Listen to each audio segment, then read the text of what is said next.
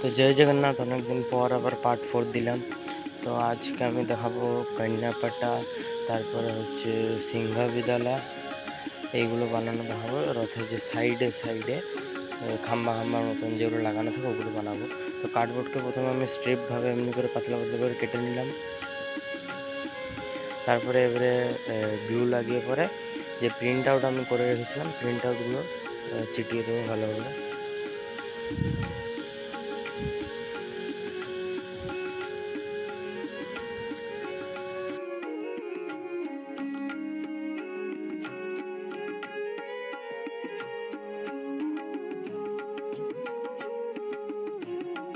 তো এমনিভাবে অনেকগুলো আমি এমনিভাবে রেডি করে রেখেছি।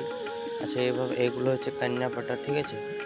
অনেকগুলো কালার হয়, যেমন এটা আছে অরেঞ্জ কালারের, এটা নীল কালারের, এটা অরেঞ্জ কালারের, আর একটা আছে এই যে গ্রিন কালারের।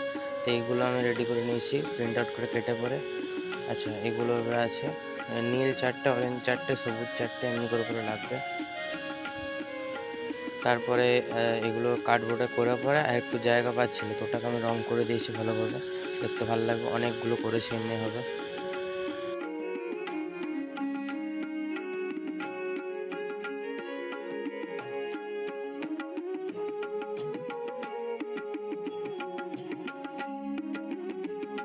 আচ্ছা, এই যে আমি এমনিভাবে বানিয়ে বানিয়ে রেখে দিয়েছি পুরো বান্ডিল হিসাবে একদম।